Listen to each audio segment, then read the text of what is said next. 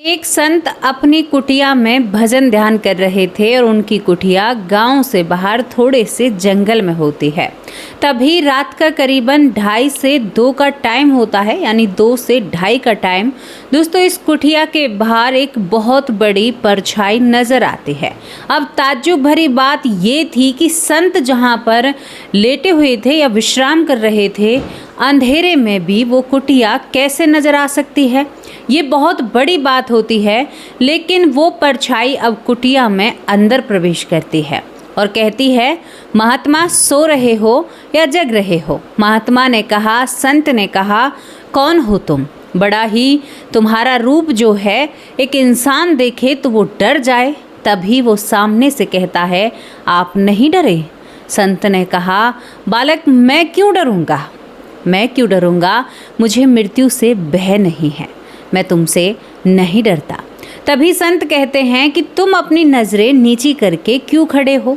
उसने कहा कि मेरी इतनी क्षमता नहीं है कि जो मैं आपकी तरफ नज़रें उठाकर देख सकूं, या मैं आपकी तरफ दृष्टि भी नहीं कर सकता, क्योंकि मैं बहुत ही आपके सामने, यानी आप समझ लीजिए कि तुच्छ हूँ, या मेरी इतना बल नहीं है जो मैं आपका सामना कर सकूं।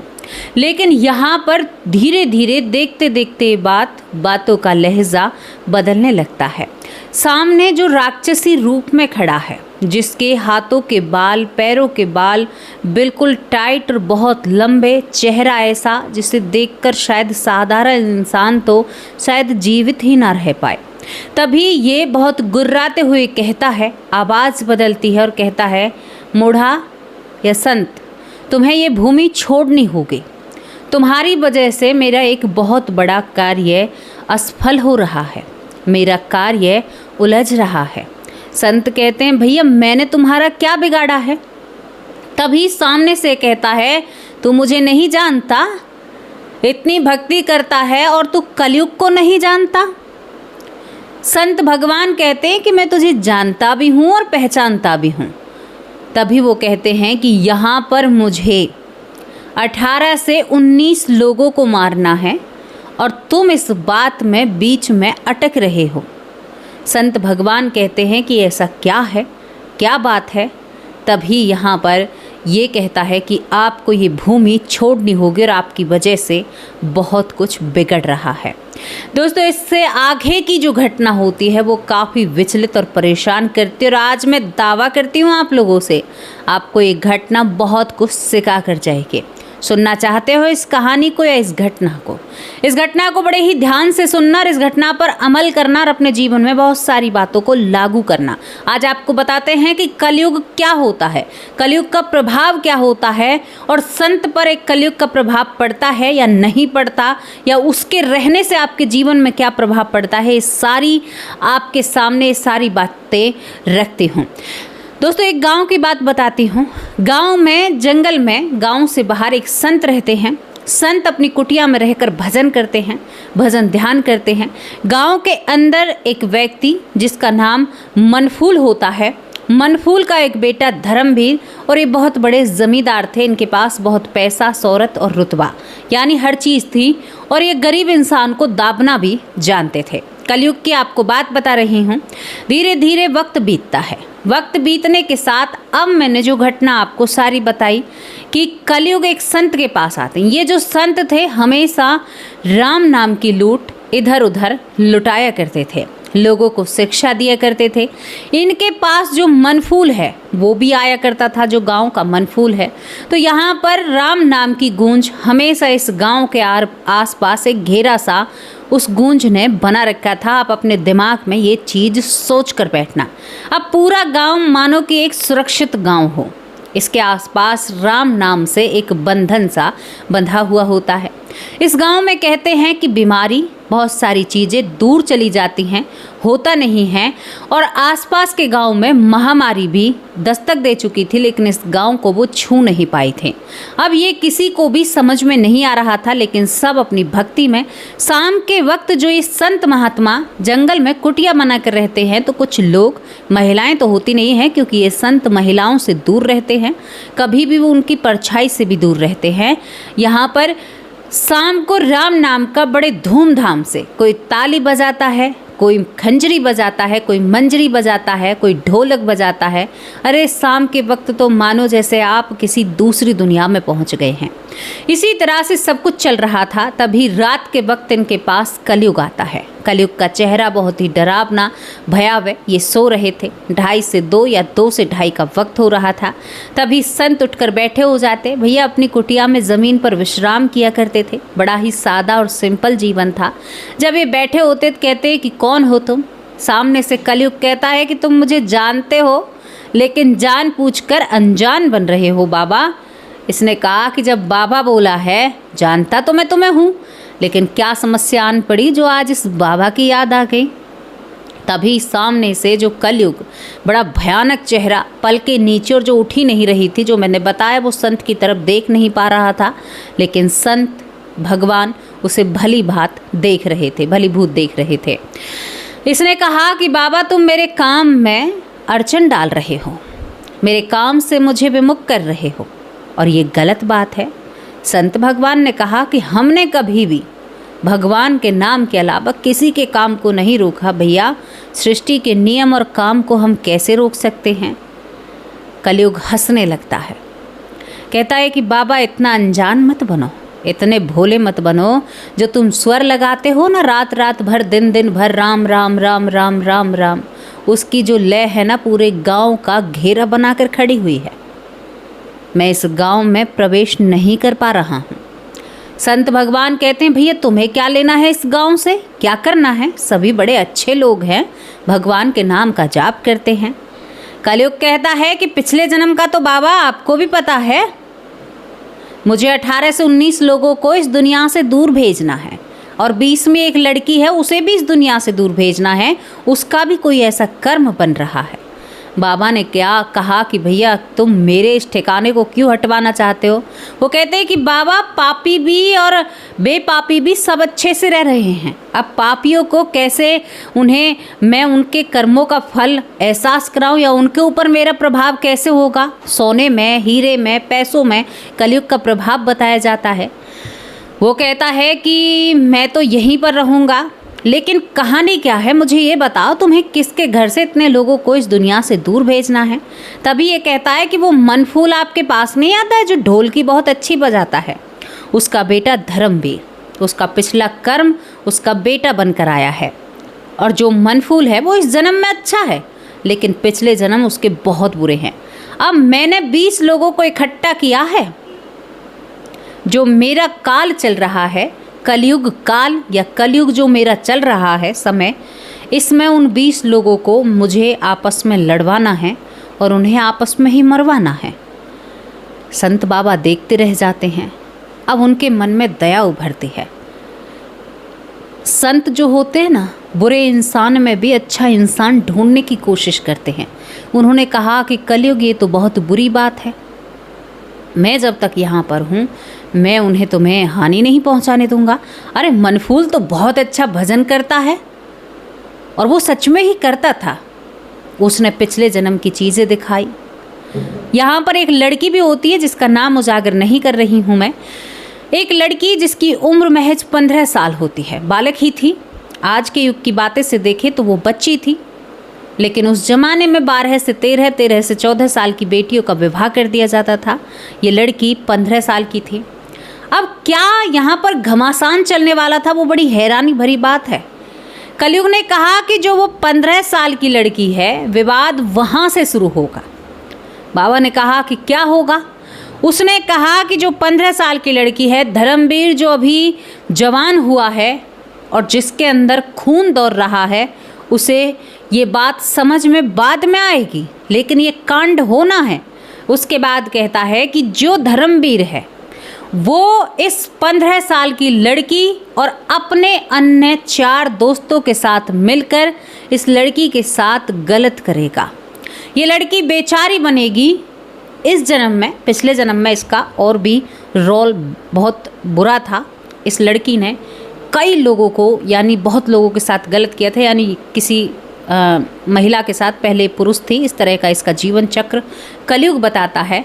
इसने कहा कि जब इस लड़की के साथ ये 5 लोग मिलकर गलत करेंगे, फिर गांव में विवाद होगा, विवाद गरीब लोग इकट्ठा होंगे, मनफूल अपने बेटे की तरफ रहेगा और गांव में एक लड़ाई होगी और लड़ाई में 18 लोग इस दुनिया से जाएंगे और यहाँ पर जो लड़की है वो भी अपने आप को इस दुनिया से दूर करेगी, क्योंकि उसे भी अपने आप में लगेगा कि मुझे अब जीने का हक नहीं है।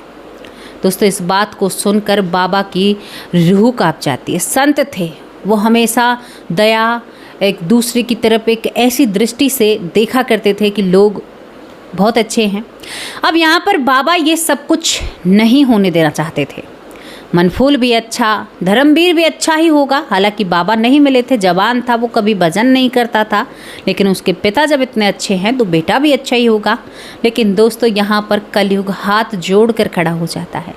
प्रभु, मेरी सृष्टि के नियमों में आप आड़े आ रहे हैं।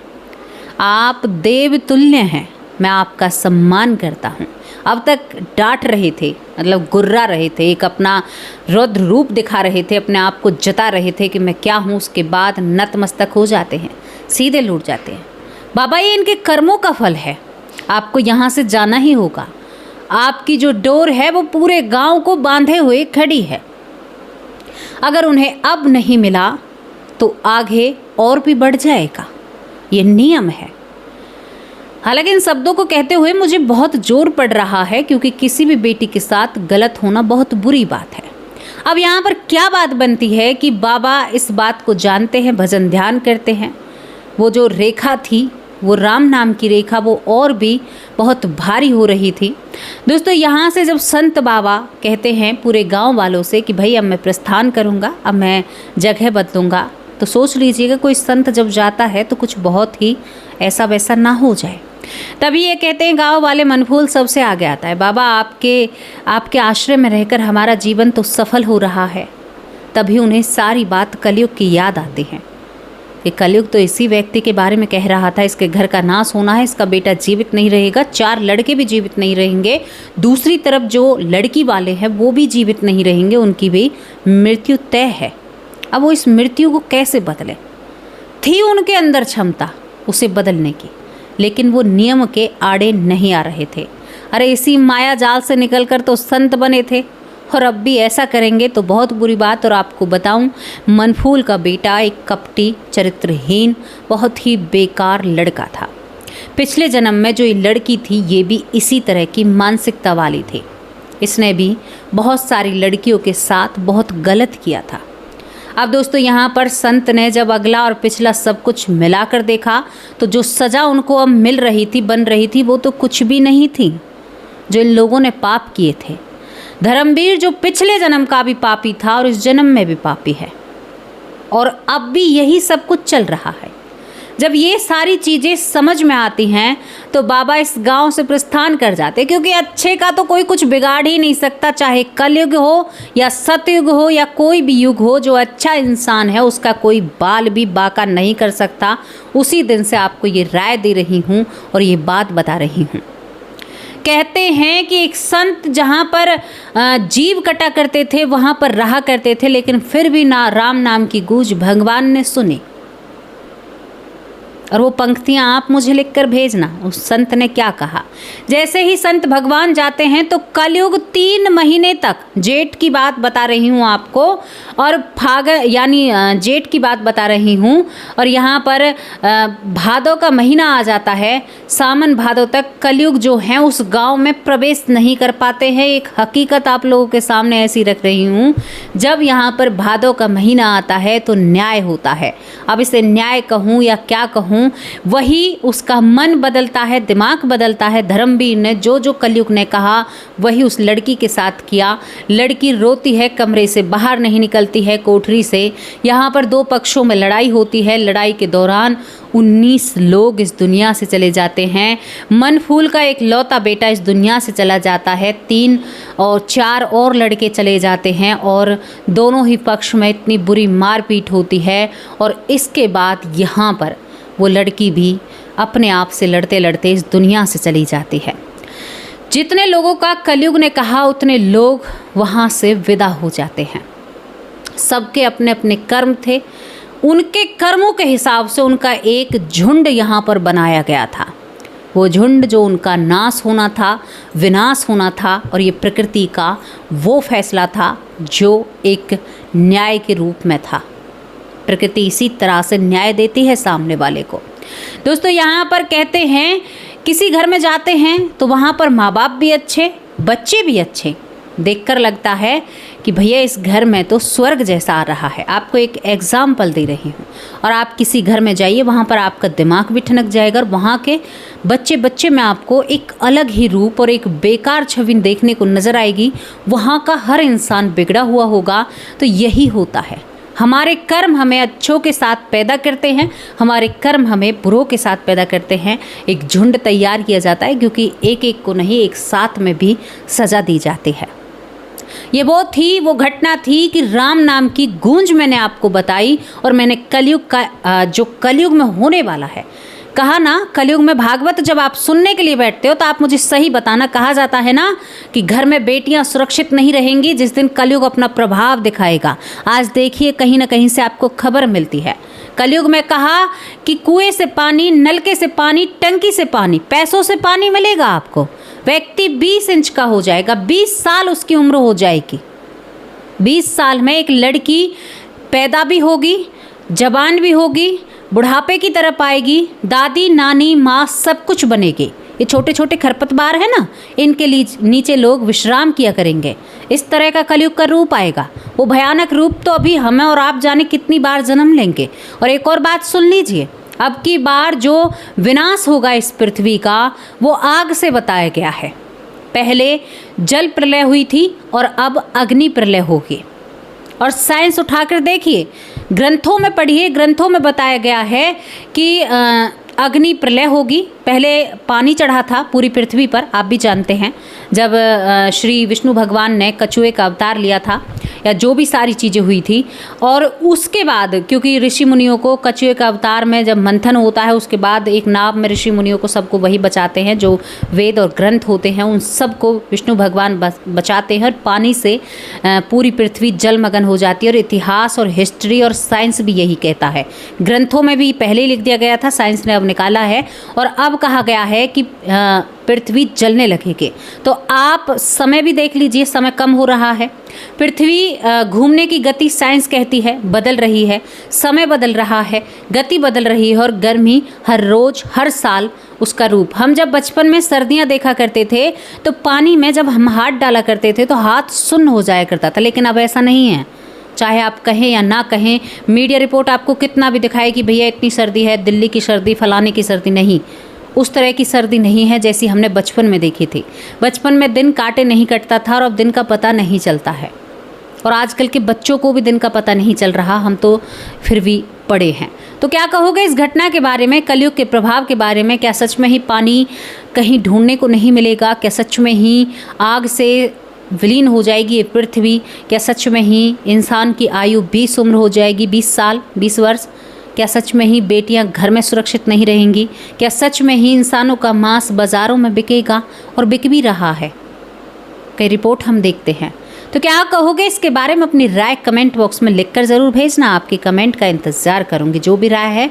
और ये घटना आपको कैसी लगी? संत भगवान जाते हैं, अपनी जो लीलाएं हैं या अपना जो मार्ग है वो उसे चलाते रहते हैं, क्योंकि वो कलयुग के आड़े नहीं आ सकते। ये उनका युग है, उसमें रहते हुए उन्हें भगवान प्राप्त करना है, भगवान जी को, यानी संत भगवान को। चलिए विदा लेते हैं।